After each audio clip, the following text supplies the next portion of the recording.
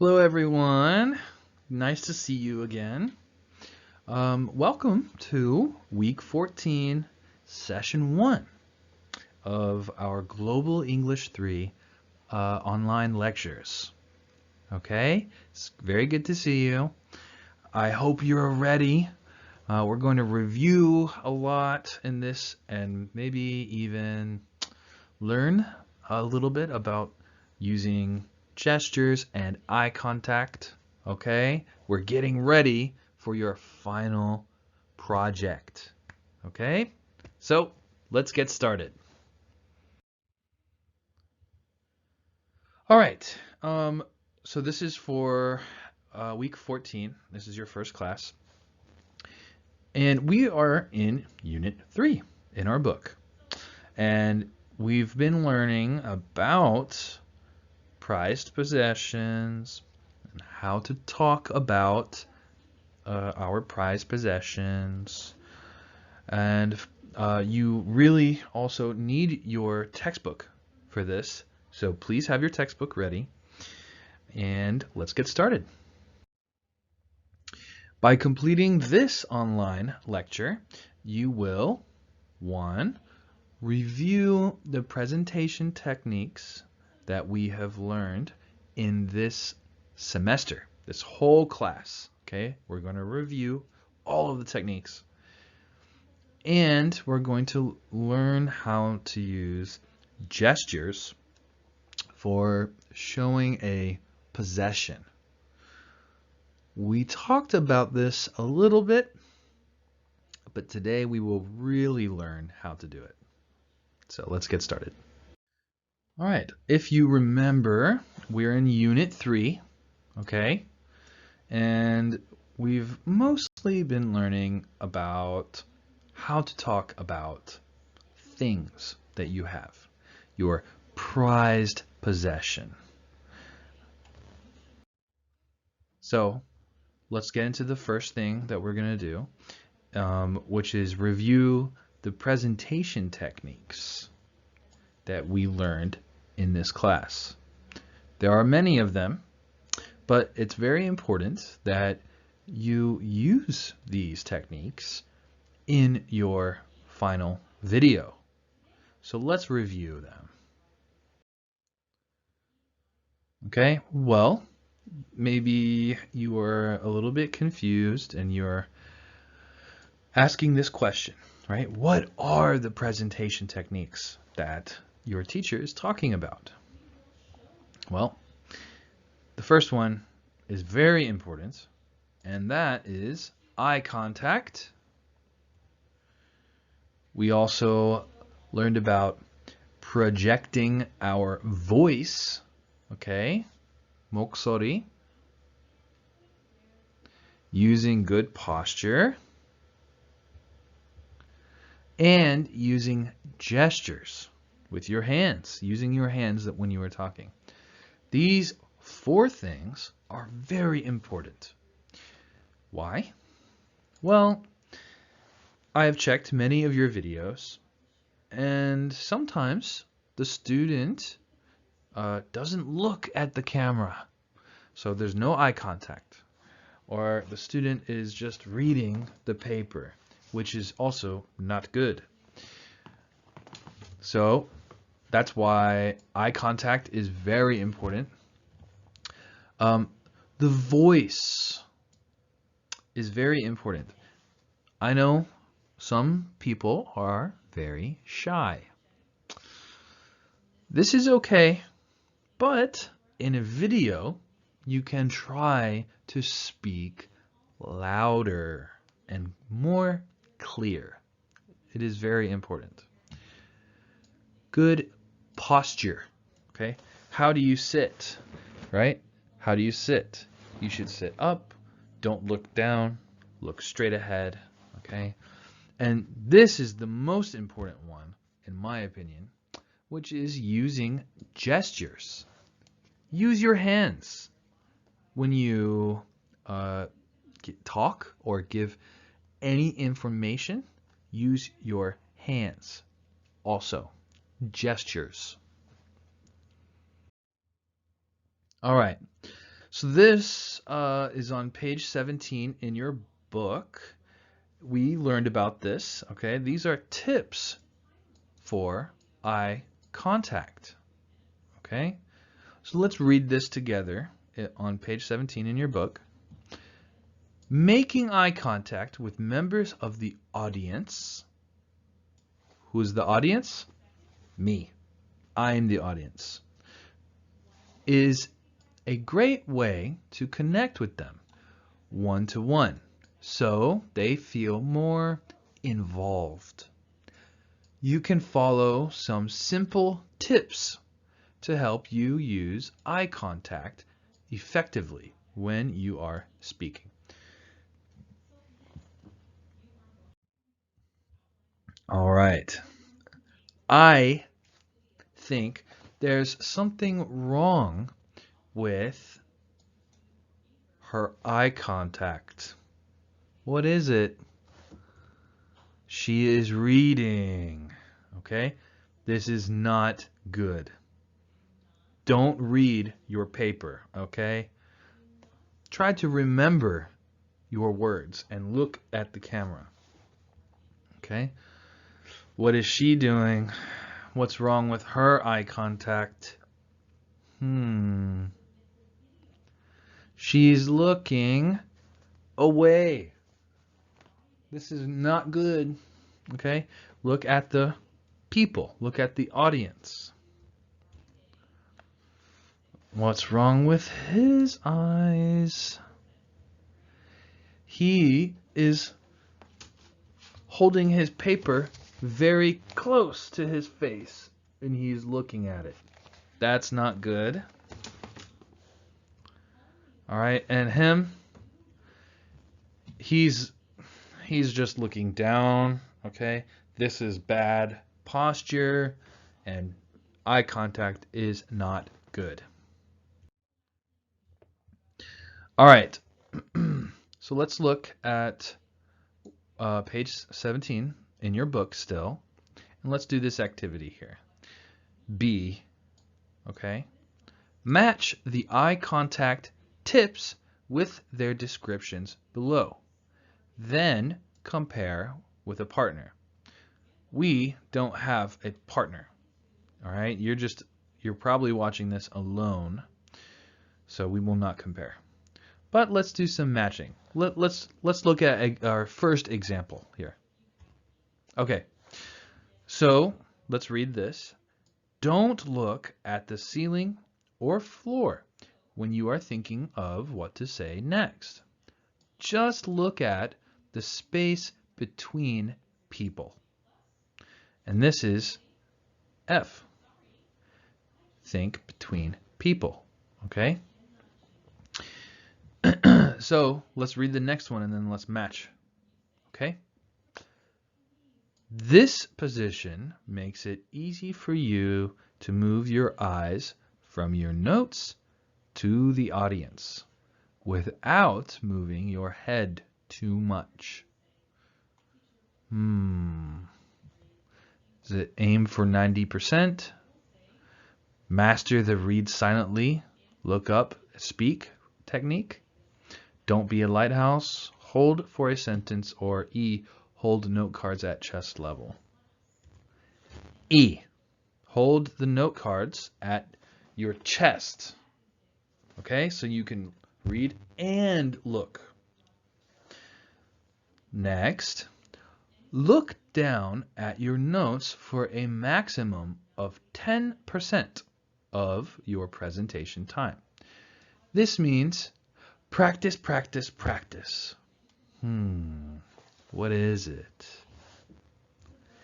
A. Okay. Aim for 90%. All right. 90% you are looking at people. Don't read directly from your notes. When you need to check your notes, pause briefly. Look at your notes, and then look up at the audience and continue speaking. This is B. Master the read silently, look up, and speak technique. Next, don't move your eyes left and right too evenly. It's better to look at all sections of the audience at random. C, don't be a lighthouse, okay? Don't look like this. You want to look at everyone. And then the last one, look at someone for 3 or 4 seconds. Then look at someone else when you begin the next sentence. It is D. Hold your eye contact for one sentence.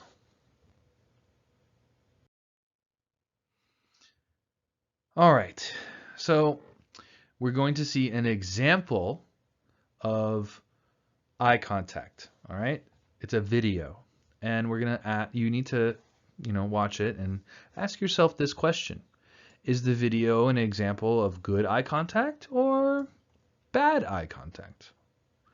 And why is it good or bad?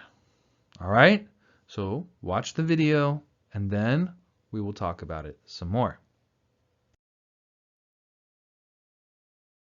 Making good eye contact is one of the most important presentation techniques. It helps you connect with your audience and helps your audience connect with you. First, let's see some examples of what not to do. Watch Patrick, Emma, and Jason and notice what each speaker is doing wrong.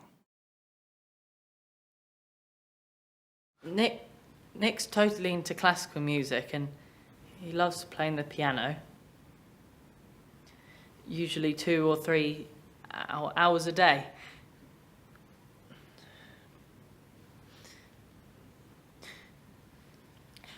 I don't really enjoy classical music, but I'm a big fan of blues music. So when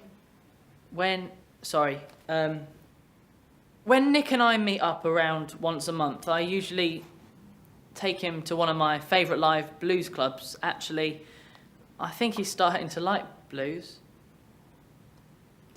Occasionally, I go with him to a classical concert in the city, but I always fall asleep in the middle of it.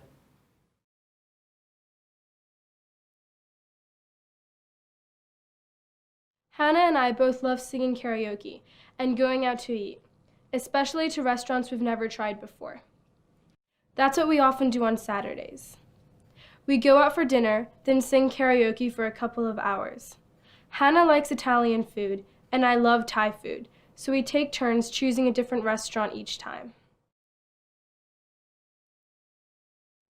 Sammy loves trying new things, especially extreme sports. Right now he's into paragliding and kite surfing. That's a bit too much for me. I prefer running, cycling, and swimming. They're a lot safer and really good exercise. Actually, Sammy and I are training together for a triathlon race. That's what we do twice a week on Wednesday evening and Sunday afternoon. All right, welcome back. I hope that you watched the video and that you enjoyed the video. It was bad eye contact. I think it's very obvious. Why? Why is it bad eye contact? That's what we should ask ourselves. Well, he closed his eyes, okay? Patrick, this is Patrick. He closed his eyes. He didn't look at a member of the audience for 3 or 4 seconds. He held his note cards in front of his face, which is not good, okay? He did many bad things. Some of the other people, the girl, she looked around too much, okay? Really bad eye contact. All right, now we're going to see another example, another video, okay? And again, ask yourself this question. Is the video an example of good eye contact or bad eye contact? Okay? Why is it good or bad? So, get ready again.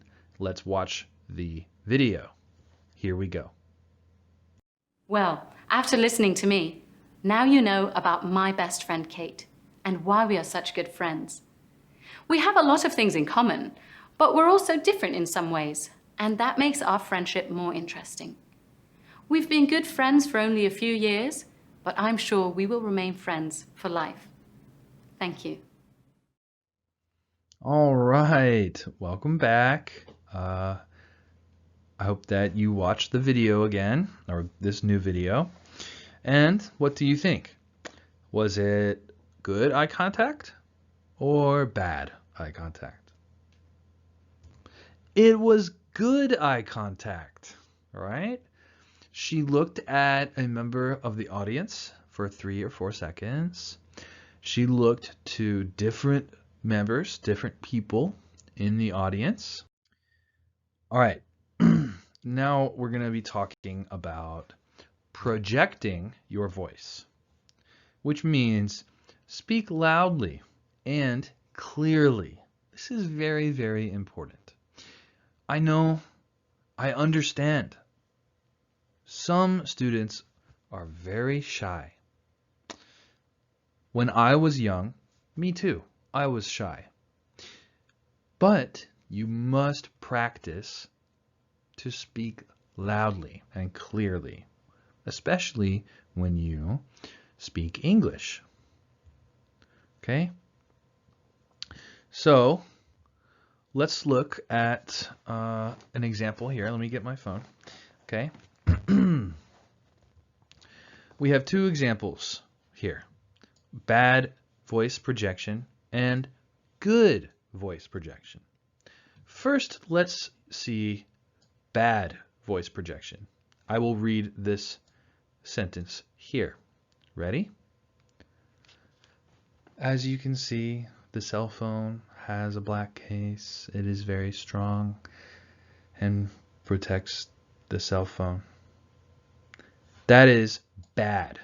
Okay? It's bad. Let's listen to good voice projection. As you can see, the cell phone has a black case. It is very strong and protects the cell phone. Okay? So in your video, please make sure to have good voice projection. I must hear you. In some videos, some people like to sit or stand up. That's okay. But stand up or sit up straight. Please. What does this mean? You should be sitting straight. Okay? Don't lean back like this. This is not good. Okay? Don't lean on your hand like this. This is not good. This is not good. Okay? Don't cover your face. Stand straight. Okay? Have some good posture. Here's some examples. Now, you can see here, what do you think? Is that good posture or bad posture? It's bad, okay? It's really not good posture. So, if you can see here, she's sitting up straight, which is good posture, of course. So it's very important when you give a presentation to have good posture. Here's another example of good posture. This person here, what do you think? Is he standing up straight or bending over? He's standing up straight, okay? This is bad posture right here. And this is good posture, right? So please try to have good posture. All right. So we reviewed some of our techniques and stuff. And now we are going to learn how to use gestures for showing a possession. All right, so this is page 40 of your book. Okay, so please go there. You can see page 40, and let's look at developing presentation techniques. And number 1, showing a possession. A presentation about a possession is sometimes called show and tell. Okay? Remember this name, show and tell. In this type of presentation, it's important to show the object clearly to the audience, while you point out all of its interesting features. All right, so also in page 40, we have this activity here, okay, which you can see.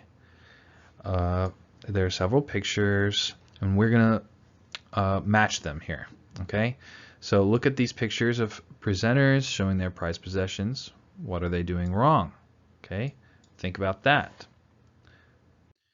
All right, and then here are the tips that you're going to match to the pictures. We've already done this, but we're reviewing about these gestures and techniques. Okay? So I know we've already finished it, but let's do some review of this activity. Okay? So for example, number 1, okay? Choose a possession that's big enough for the audience to see. Okay? Well, this girl says the ring has a row of dots. And look at the people. Can they see? No, they can't see. All right? A ring is too small. All right? It's too small. Number 2, show the front, back, top, bottom, and if you can, the outside and the inside of your object. Okay? Show all parts of the object. Number 3, don't hold the object in front of your face. I need to see your face, okay? Number 4, don't wave the object around, okay? And number 5, put your possession down where I can see it, okay? I need to see your possession. Very important. So this is your mind map, which you can find on page 42, okay? And this is very important for your project, your video. So I will show you an example of a mind map for my prized possession, okay? So pay attention. This is a good example. You can follow this example. Okay, my prized possession is my guitar. Okay, let me show you my guitar, because it's right here. Here it is. You can see it, right? Okay, so let's talk about some of the things. Let's describe it first. Okay. The description is the size and the shape and the texture or the pattern, okay, of anything. It's, you can see it, it's a normal sized, okay? It's a normal size. It's not very big, but it's not very small. Shaped like a classic guitar, okay? This is very normal shape. It's very smooth. Actually, very smooth, and it's clean. And you can see it is red and black, mostly red and black. So now next, talk about the history. Okay, I got it 5 months ago. My dad gave it to me as a gift. The condition, what does it look like? Well, it's new. Okay, it's in perfect condition.